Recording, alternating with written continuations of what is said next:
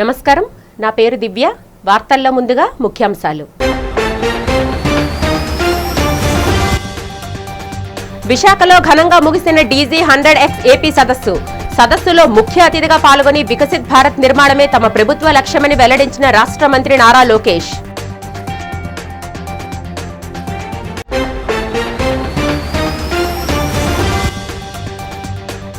మంగళగిరి శ్రీ లక్ష్మీ నృసింహస్వామివారి దేవస్థానంలో ప్రభుత్వ యంత్రాంగం ఆధ్వర్యంలో నిర్వహించిన యోగాంధ్ర కార్యక్రమం. ముఖ్య అతిథిగా పాల్గొని కార్యక్రమాన్ని ప్రారంభించిన గుంటూరు జిల్లా collector Saikanth Varma.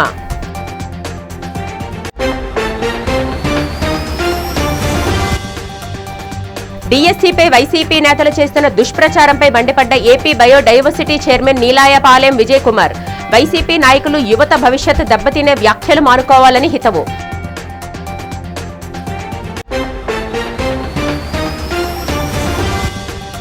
Steel plant మృతులు ఒక్కొక్కరికి ₹1 కోటి పరిహారం చెల్లించాలని ప్రభుత్వాన్ని డిమాండ్ చేసిన వైసీపీ అధికార ప్రతినిధి ఆల్ఫా కృష్ణ. కార్మిక సంఘ నాయకులను మంత్రి లోకేష్ కించపరిచేలా మాట్లాడడం సరికాదని విమర్శ. వికసిత్ భారత్ నిర్మాణమే లక్ష్యంగా ఏపీ ప్రభుత్వం పనిచేస్తుందని, ప్రపంచంతో పోటీపడేలా విద్యార్థుల్లో నైపుణ్యాన్ని పెంపొందించడమే తమ ప్రాధాన్యతని రాష్ట్ర ఐటీ శాఖ మంత్రి నారా లోకేష్ స్పష్టం చేశారు. విశాఖపట్నం రాడిసన్ బ్లూ రిసార్ట్లో జరిగిన DG100X ఏపీ సదస్సు ముగింపు వేడుకలకు రాష్ట్ర విద్యా ఐటీ శాఖల మంత్రి నారా లోకేష్ ముఖ్య అతిథిగా హాజరయ్యారు. ఈ సందర్భంగా సభను ఉద్దేశించి మంత్రి లోకేష్ మాట్లాడుతూ AI, సెమీ కండక్టర్లు, ఏరోస్పేస్ వంటి అత్యాధునిక రంగాల్లో యువతను తీర్చిదిద్దేందుకు మరో 2 వారాల్లో ప్రత్యేకంగా నైపుణ్యం పోర్టల్ ప్రారంభించబోతున్నట్లు ఆయన వెల్లడించారు. యూనివర్సిటీలు కేవలం డిగ్రీలకే పరిమితం కాకుండా ఆవిష్కరణలకు వేదికలు కావాలని పిలుపునిచ్చారు. CM Chandrababu Naidu vision, brand CBN కారణంగా దేశంలోని వస్తున్న పెట్టుబడుల్లో 25% ఆంధ్రప్రదేశ్కే వస్తున్నాయని, గూగుల్, ఆర్సెలాల్ మిట్టల్, రాయల్ ఎన్ఫీల్డ్ వంటి అంతర్జాతీయ సంస్థలు రికార్డు సమయంలో ఇక్కడకు రావడమే దీనికి నిదర్శనమన్నారు.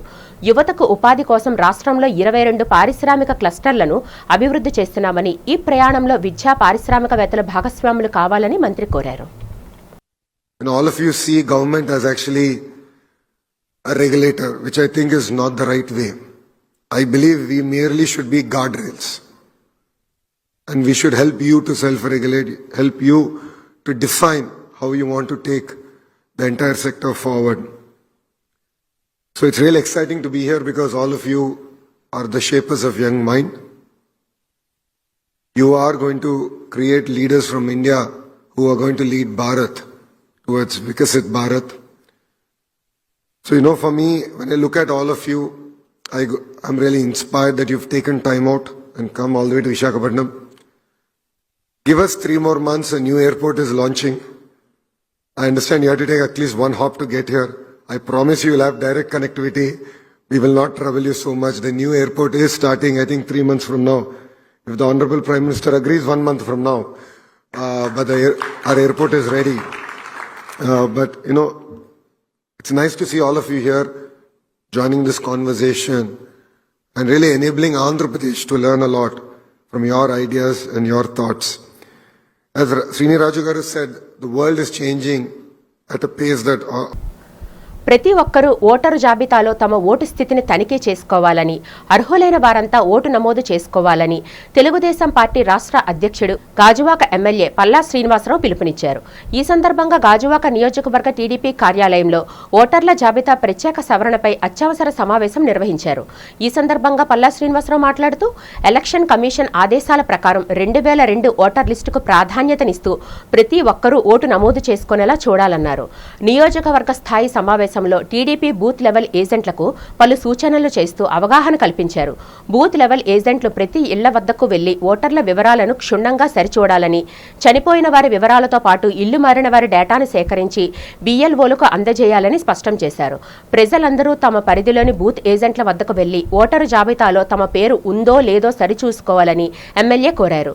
ఈ కార్యక్రమంలో టీడీపీ గాజువాక సమన్వయకర్త ప్రసాద్ శ్రీనివాసులు, మాజీ కార్పొరేటర్లు, వార్డు అధ్యక్షులు తదితరులు పాల్గొన్నారు.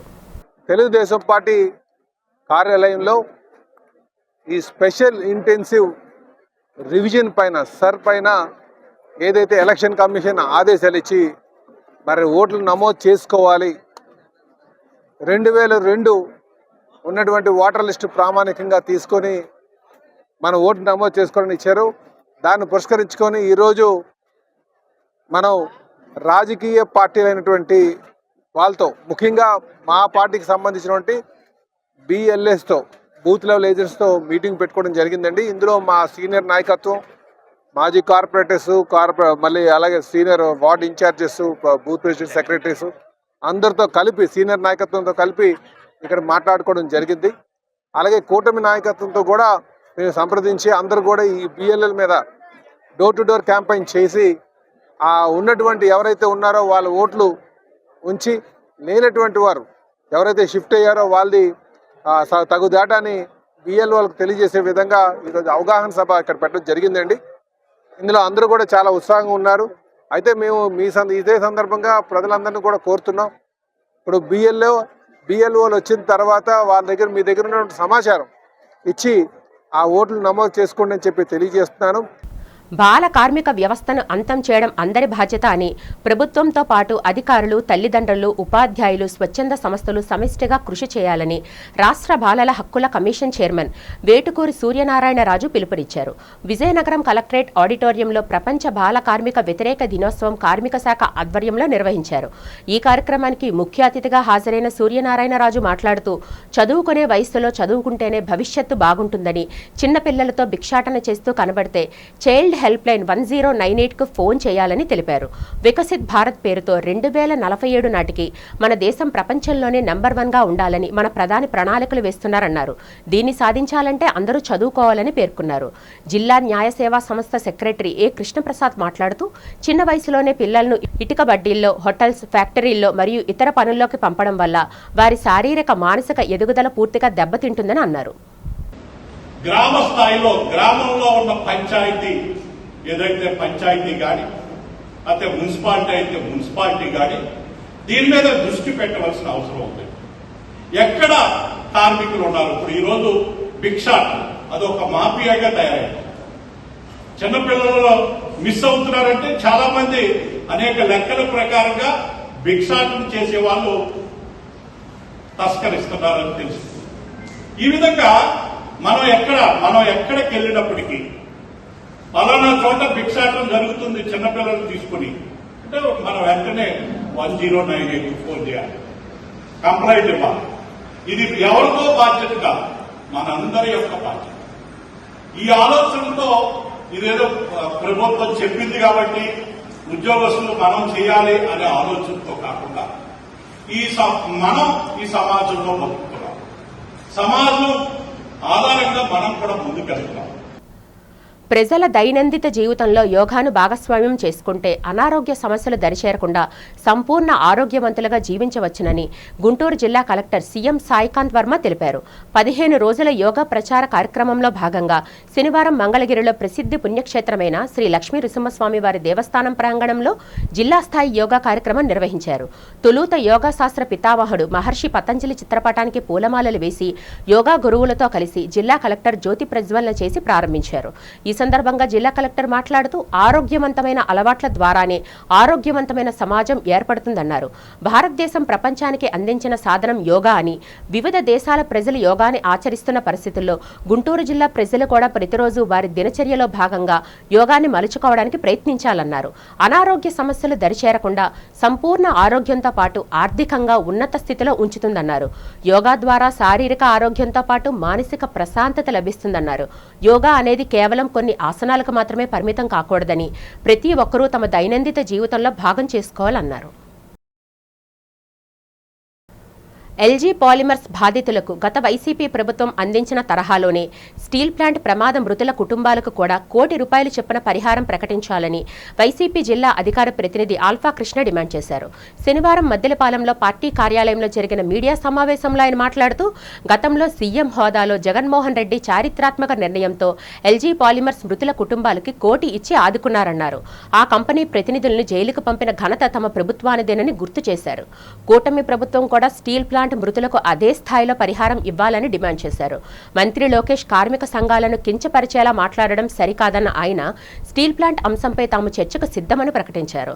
అలాగే హోంమంత్రి బంగళపూడి అనిత తన స్థాయికి తగ్గట్టుగా మాట్లాడడం లేదని, ఆమె తీరు రాజ్యాంగబద్ధంగా లేదని విమర్శించారు.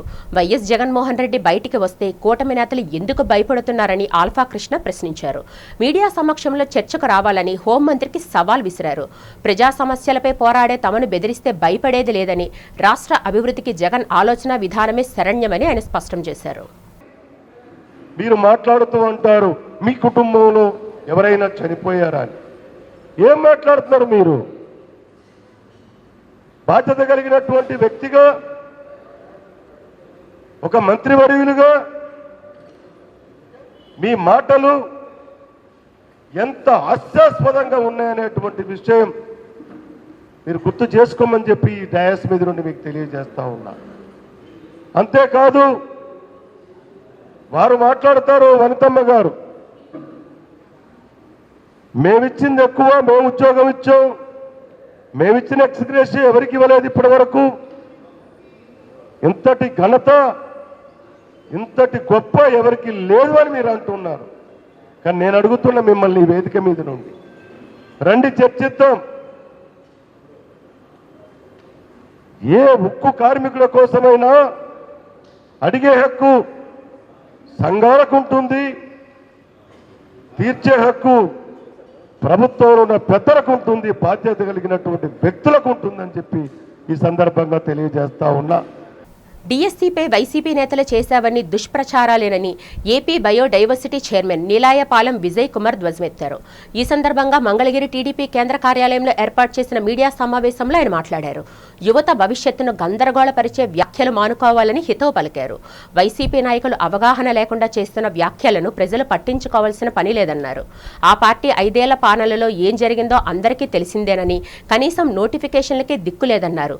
ఉద్యోగుల ఖాళీల భర్తీనే పట్టించుకోని వాళ్ళు ఇప్పుడు మాట్లాడుతుంటే ఏమనాలి అని విజయ్ కుమార్ ప్రశ్నించారు. డిఎస్సి మీద విమర్శలు చేస్తూ, మేము పెట్టిన అత్యంత పారదర్శకతమైన డిఎస్సి మీద విమర్శలు చేస్తూ 2019లో ఆయన అధికారానికి రాగానే వాళ్ళు పెట్టిన పరీక్షలు ఎంత బ్రహ్మాండంగా పెట్టారు, ఎంత మైలురాయిలు అది ఇది అంటూ చెప్పుకొచ్చారు. సరే, ఇప్పుడు ఆయన ఉద్దేశం ఏంటంటే 7 ఏళ్ళు అయిపోయింది కాబట్టి అందరూ మర్చిపోతారు అనే ఉద్దేశం. సో తన హయాంలో జరిగిన 1,25,000 ఉద్యోగాలను ఏ విధంగా, ఎంత లోపభూయిష్టంగా ఇచ్చారు, ఎన్ని స్కాములు జరిగాయి, ఎంతమంది పేర్లు బయటకు వచ్చాయి, ఎంతమంది బంధువులు ఎక్కడెక్కడ పనిచేస్తారు, ఇవన్నీ చెప్పాల్సిన బాధ్యత మాకు కూడా ఉంది కదా. ఎందుకంటే దాదాపు 7 ఏళ్ళు అయిపోయింది, కొత్తగా ఓటర్లు చాలామంది వచ్చారు, వాళ్ళకి పాత స్కాములు తెలియదు కదా. 2013 స్కాములు, 14 స్కాములు, సిబిఐ కేసులే మర్చిపోతున్నారు జనాలు. చాలా సంవత్సరాలు అయిపోయింది. ఇప్పుడు కొత్తగా మొన్న 2019 కూడా మర్చిపోతారు కదా. సో అందుకని జగన్ గారిని అక్కడే కాసేపు ఆపెట్టి, బాబు ఒక్క క్షణం ఉండు, మమ్మల్ని తిట్టే ముందు ఒక్కసారి మీరు చేసింది కూడా విని జనాల్ని డెసిషన్ తీసుకొని. యోగా ఆంధ్ర 2026 వేడుకల్లో భాగంగా శనివారం శ్రీకాకుళం కార్గిల్ పార్క్లో శనివారం నిర్వహించిన ప్రత్యేక శిబిరంలో ఆంధ్రప్రదేశ్ సాంఘిక సంక్షేమ రెసిడెన్షియల్ విద్యాలయాల సంస్థల అధికారులు, ప్రిన్సిపల్లు, సిబ్బంది పెద్ద సంఖ్యలో పాల్గొన్నారు. నిత్యం విద్యార్థుల భవిష్యత్తు కోసం విధుల్లో బిజీగా ఉండే గురుకుల విద్యార్థుల సిబ్బందికి శారీరక దృఢత్వాన్ని, మానసిక ఉల్లాసాన్ని ఇవ్వడానికి యోగా ఎంతో దోహదపడుతుందని అధికారులు పేర్కొన్నారు. ఈ సందర్భంగా సిబ్బందితో కలిసి పలు రకాల ఆసనాలు, ప్రాణాయామ పద్ధతులను వేశారు. నిత్య జీవితంలో ఎదురయ్యే మానసిక ఒత్తిళ్లను జయించడానికి యోగా ఒక చక్కటి మార్గమని, ప్రతి ఒక్కరూ దీనిని నిత్యకృత్యంగా మార్చుకోవాలని ఈ సందర్భంగా పిలుపునిచ్చారు. ఈ శిక్షణ శిబిరంలో సాంఘిక సంక్షేమ రెసిడెన్షియల్ విద్యాలయాల సంస్థ జిల్లా సమన్వయకర్త వై యశోదలక్ష్మి, హెచ్ఎల్ల రెసిడెన్షియల్ విద్యాలయం principal S Padmaja, Duppalavalasa principal B Buchiraju, Tamarapalli నుంచి కృష్ణతార, జిల్లా ఆయుష్ అధికారి డాక్టర్ ఉత్తమ్ రాజ్ రాణా, ప్రముఖ యోగా గురువు గురుమురళి, జిల్లాలో పలు రెసిడెన్షియల్ విద్యాలయాలకు చెందిన ఉపాధ్యాయులు, కార్యాలయ సిబ్బంది పాల్గొన్నారు. కూటమి 2 ఏళ్ల పాలనపై సీఎం చంద్రబాబుతో బహిరంగ చర్చకు తాను సిద్ధమని వైఎస్ఆర్సీపీ అధికార ప్రతినిధి, టీడీపీ మాజీ చైర్మన్ భూమాన కరుణాకర్ రెడ్డి సవాల్ విసిరారు. తిరుపతిలో ఆయన మీడియాతో మాట్లాడుతూ ఎవరిది విధ్వంస పాలనో ఆధారాలతో సహా నిరూపిస్తానన్నారు. తిరుపతిలో కూటమి నిర్వహించిన సభ కేవలం వైఎస్ జగన్ను తిట్టడానికే పరిమితమైందని, ఎన్నికలకు హామీలు అమలుపై స్పష్టత ఇవ్వలేదని ధ్వజమెత్తారు. ప్రజలకు ఇచ్చిన వాగ్దానాలు పక్కన పెట్టి విజన్ 2047 పేరుతో మరోసారి భ్రమలు కల్పిస్తున్నారని మండిపడ్డారు. రెండేళ్ల పాలనలో చేసిందేమీ లేక కేవలం జగన్ను దూషించడానికి 20 కోట్ల రూపాయల ప్రజాధనాన్ని వృధా చేశారని ఆరోపించారు.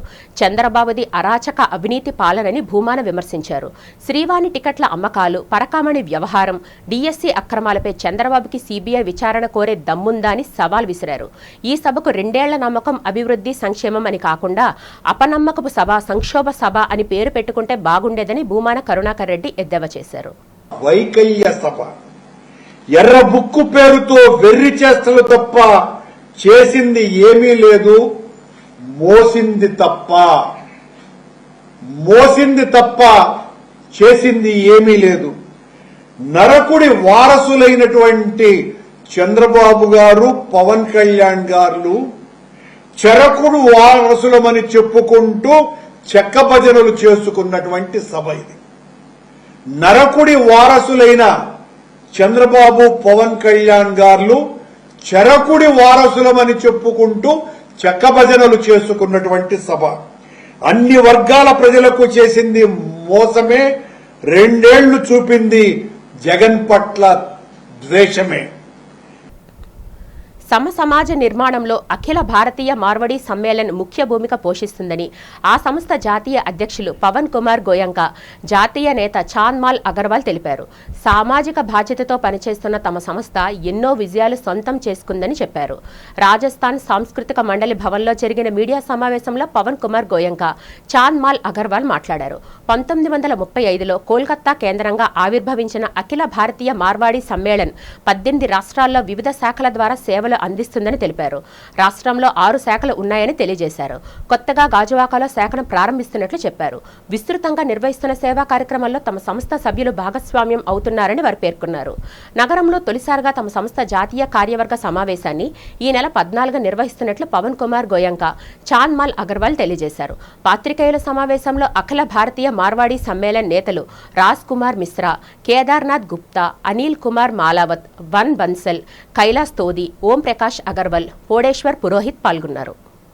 ఆల్ ఇండియా మార్వాడి ఫెడరేషన్ 1935లో కలకటాలో స్టార్ట్ అయింది. ఈ సంస్థ తాలూకా మన త్రూ అవుట్ ఇండియా 18 బ్రాంచెస్ ఉన్నాయి.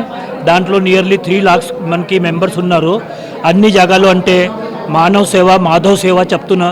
మేము అందరూ అంటే లోకల్ సేవ చేస్తూనే ఉన్నాము. ప్రతి వాళ్ళకి అంటే ఏ విధంగా హెల్ప్ చేయాలా జాతి పాతి చూడుకుంటా ఎంత సేవ చేస్తున్నాం.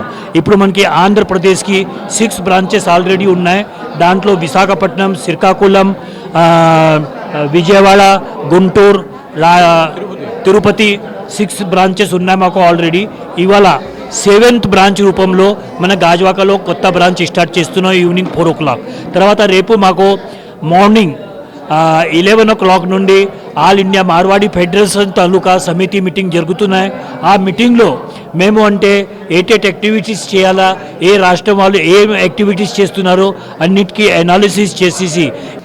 It's 91-year-old organization. It is having 25 state bodies and 400 branches all over India, and we have more than 3 lakhs direct or indirect members in our society. The main motto of this society is social reforms, social development and national development. Marwadi community contributes more than 25% of the GDP in the country. We are non-violent people, we are normally vegetarians, and we follow our culture, our language, and wherever we go in the country, in that state, in that place, we adopt their language, their culture and develop that area also. This is the very special characteristics of Marwadi Federation, Marwadi Society. You will find here in South also. విద్యార్థుల జీవితాలతో ప్రభుత్వాలు చెలగాడడం ఆడడం తగదని పలువురు మేధావులు, ప్రజా సంఘాల నేతలు పలికారు. జన విజ్ఞాన వేదిక విశాఖ జిల్లా శాఖ ఆధ్వర్యంలో నగరంలో అల్లూరు విజ్ఞాన కేంద్రంలో neat paper leak, CBSE, OSM పరీక్షల్లో జరిగిన అవకతవకలపై రౌండ్ టేబుల్ సమావేశం జరిగింది. ఈ సమావేశంలో మేధావులు, ప్రజా సంఘాల నాయకులు, విద్యావేత్తలు, జన విజ్ఞాన వేదిక ప్రతినిధులు పాల్గొన్నారు. ఈ సందర్భంగా వారు మాట్లాడుతూ భవిష్యత్తులో గతంలో జరిగిన తప్పిదాలు పునరావృతం కాకుండా ప్రభుత్వాలు పటిష్టమైన చర్యలు తీసుకోవాలని డిమాండ్ చేశారు. అన్ని పరీక్షలు పారదర్శకంగా ఎటువంటి అవకతవకలు జరగకుండా నిర్వహించాల్సిన బాధ్యత ప్రభుత్వాల వైఫల్యాల ఫలితంగా కొన్ని పరీక్షల పేపర్ అవడం, అది విద్యార్థుల పాలిట శాపంగా మారడం దారుణమన్నారు. ప్రభుత్వాలు చేసే తప్పులకు విద్యార్థులను బలి చేయడం తగదన్నారు. జాతీయ స్థాయి ప్రవేశ పరీక్షల్లో చట్టబద్ధత కలిగిన స్వయం ప్రతిపత్తి గల సంస్థతో నిర్వహించాలని డిమాండ్ చేశారు. ప్రశ్నాపత్రాల తయారీ, ముద్రణ, చేరవేత కార్యక్రమం స్వయం ప్రతిపత్తి గల సంస్థ పర్యవేక్షణలోనే జరగాలన్నారు. రాబోయే రోజుల్లో పరీక్షలను సమర్థవంతంగా నిర్వహించాలని పదే పదే విద్యార్థుల జీవితాలతో చెలగాటమాడితే సహించేది లేదని హెచ్చరించారు. ఈ రౌండ్ టేబుల్ సమావేశం దేశవ్యాప్తంగా నీట్ యూజీ పేపర్ లీక్ అయిన సందర్భంగా, అలాగే సిబిఎస్ఈ ఆన్ స్క్రీన్ మార్కింగ్ మూల్యాంకనంలో జరిగిన అవకతవకలపై ఈ సమావేశం పెట్టాం. దీనికి విద్యార్థుల తల్లిదండ్రులు, జన విజ్ఞాన వేదిక సభ్యులు, అలాగే అడ్వకేట్స్, సోషల్ యాక్టివిస్ట్స్ అందరూ కూడా వచ్చి సమావేశంలో చర్చించడం జరిగింది. ముఖ్యంగా దేశవ్యాప్తంగా ఈ నీట్ యూజీ పరీక్ష రాసిన 23 లక్షల మంది విద్యార్థులు, అలాగే సిబిఎస్ఈ పరీక్షలు రాసిన 12 లక్షల మంది విద్యార్థులు, దాదాపు 35 లక్షల విద్యార్థులు, వారి యొక్క తల్లిదండ్రులు, వాళ్ళ యొక్క మనోవేదన, మానసిక పరిస్థితులు ఏ రకంగా ఉంటాయో మనందరికీ తెలుసును. అంటే దాదాపు మన దేశంలో 1 కోటి మంది జనాభా చాలా ఇబ్బందికరమైన పరిస్థితిలో ఉన్నది. భీమిలి సామూహిక అత్యాచార ఘటనలో బాధితురాలికి న్యాయం చేయాలని మహిళా చేతన ప్రధాన కార్యదర్శి కత్తి పద్మ డిమాండ్ చేశారు. విజేఎఫ్ ప్రెస్ క్లబ్లో జరిగిన మీడియా సమావేశంలో ఆమె మాట్లాడుతూ సామూహిక అత్యాచార ఘటనను ఖండించారు. ఈ నెల 9న భీమిలి పోలీస్ స్టేషన్ పరిధిలో మానసిక వికరాంగులపై 2 యువకుల అత్యాచారానికి పాల్పడడం దారుణమన్నారు. జాతరలో ఉన్న ఆ యువతిని బలవంతంగా దారి మళ్లించి యాతకుమారిపాలెం దగ్గరలో గల లేఅవుట్లో అత్యాచారానికి పాల్పడ్డారు. బాధితురాలికి పూర్తి న్యాయం చేసి అత్యాచారానికి పాల్పడిన వారిని కఠినంగా శిక్షించాలని కత్తి పద్మ డిమాండ్ చేశారు. నిందితులకు కఠిన శిక్షలు పడే విధంగా ప్రభుత్వం చొరవ చూపాలన్నారు. బాధితురాలను ప్రభుత్వం ఆదుకోవాలని కోరారు.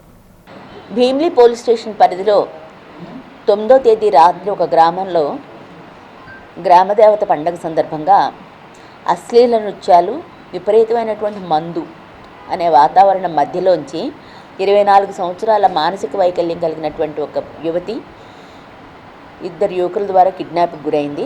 ఆ సంఖ్య ఇంకా ఉండొచ్చు అనేది కూడా ఒకటి వినిపిస్తుంది బాధిత వర్గాల నుంచి. వెంటనే తల్లిదండ్రులు 5 నిమిషాల్లోనే మేల్కొని చుట్టూ వెతుక్కొని దొరకకపోతే పోలీసులకు ఇన్ఫామ్ చేశారు. 3 అవర్స్ తర్వాత పోలీసులు ఆమెని లొకేట్ చేశారు. పోలీసులు, బంధువులు అందరూ కలిసి వెతికారు. 12-5 నిమిషాలకు ఆమె సంఘటనా స్థలంలో దొరికింది. సుఖీభవ లేఅవుట్ అనే చోట, గ్రామానికి దగ్గరలోనే దొరికిన తర్వాత సంఘటనా స్థలంలోనే 2 యువకులు దొరికారు అనేది తెలుస్తుంది. ఆ అమ్మాయి మానసిక వైకల్యం ఉన్న అమ్మాయి అయినా కూడా తన మీద అత్యాచారం జరిగినట్లుగా పోలీసులకు తెలియజేసింది. దాంతో పోలీసులు వెంటనే ఆమెను పోలీస్ స్టేషన్కి తరలించి అత్యాచార నిరోధక చట్టం కింద కేసు నమోదు చేశారు. కేసు రిజిస్టర్ చేశారు కానీ మన్నాడు మధ్యాహ్నం వరకు ఆ అమ్మాయిని మెడికల్కి పంపించలేదు. రాజకీయ పైరవీలు అని విశాఖ స్టీల్ ప్లాంట్ పరిరక్షణ తమ లక్ష్యమని తెలుగు శక్తి అధ్యక్షులు బివి రామ్ తెలిపారు. విశాఖ స్టీల్ ప్లాంట్లో జరుగుతున్న ఘటనలపై జాతీయ మానవ హక్కుల కమిషన్లో కేసు నమోదు చేశామని తెలిపారు. నగరంలో విజేఎఫ్ ప్రెస్ క్లబ్లో జరిగిన మీడియా సమావేశంలో ఆయన మాట్లాడారు. స్టీల్ ప్లాంట్ పరిరక్షణలో కూటమి ప్రభుత్వం చిత్తశుద్ధి చూపాలన్నారు.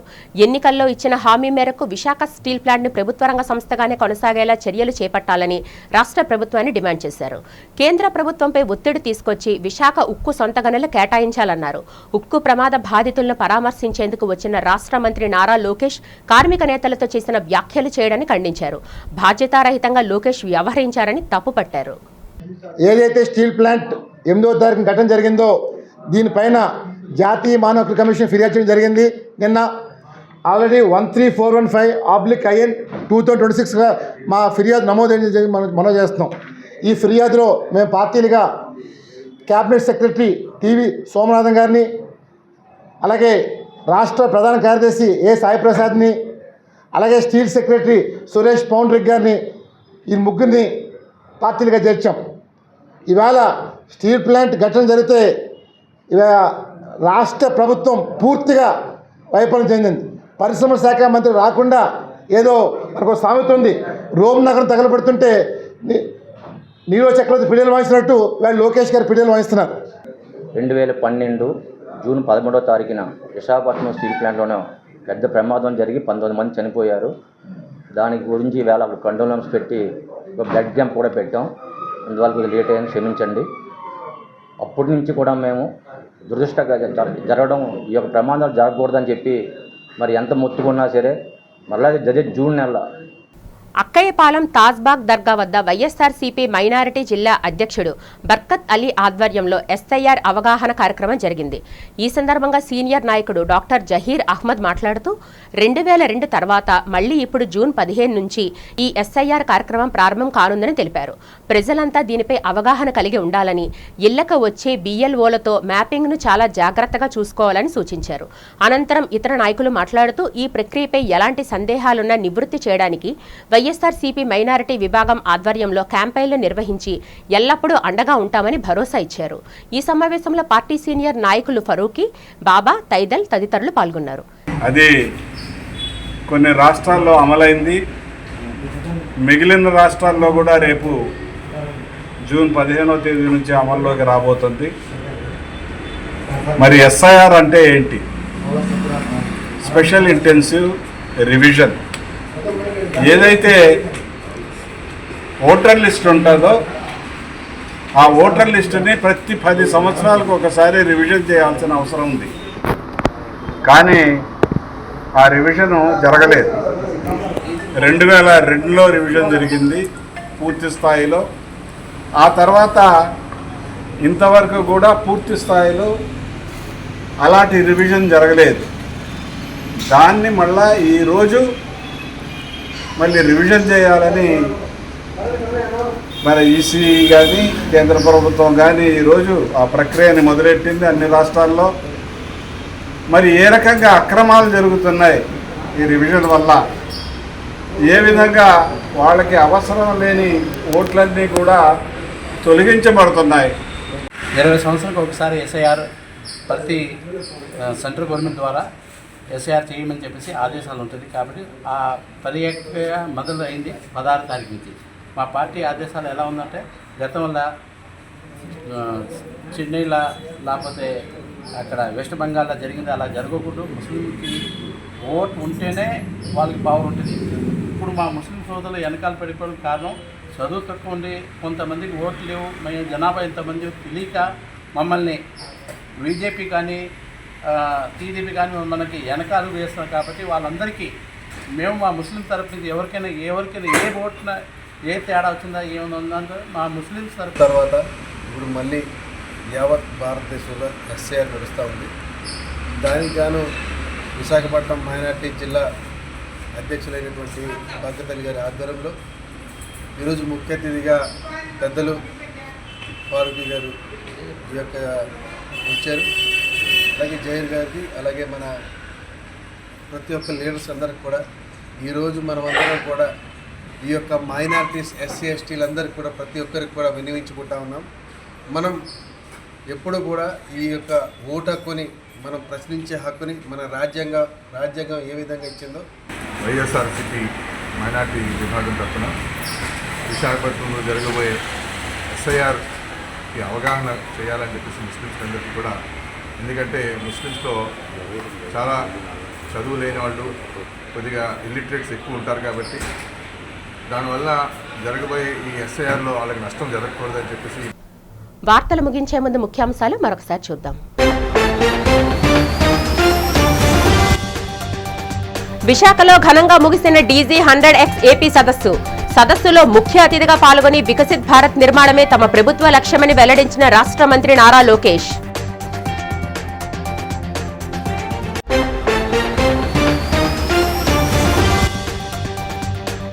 మంగళగిరి శ్రీ లక్ష్మీ నృసింహస్వామి వారి దేవస్థానంలో ప్రభుత్వ యంత్రాంగం ఆధ్వర్యంలో నిర్వహించిన యోగాంధ్ర కార్యక్రమం. ముఖ్య అతిథిగా పాల్గొని కార్యక్రమాన్ని ప్రారంభించిన గుంటూరు జిల్లా collector Saikanth Varma.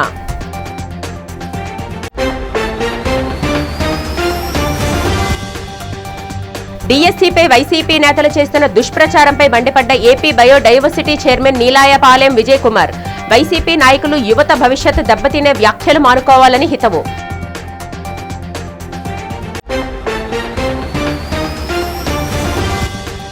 Steel plant మృతులు ఒక్కొక్కరికి ₹1 కోటి పరిహారం చెల్లించాలని ప్రభుత్వాన్ని డిమాండ్ చేసిన వైసీపీ అధికార ప్రతినిధి ఆల్ఫా కృష్ణ.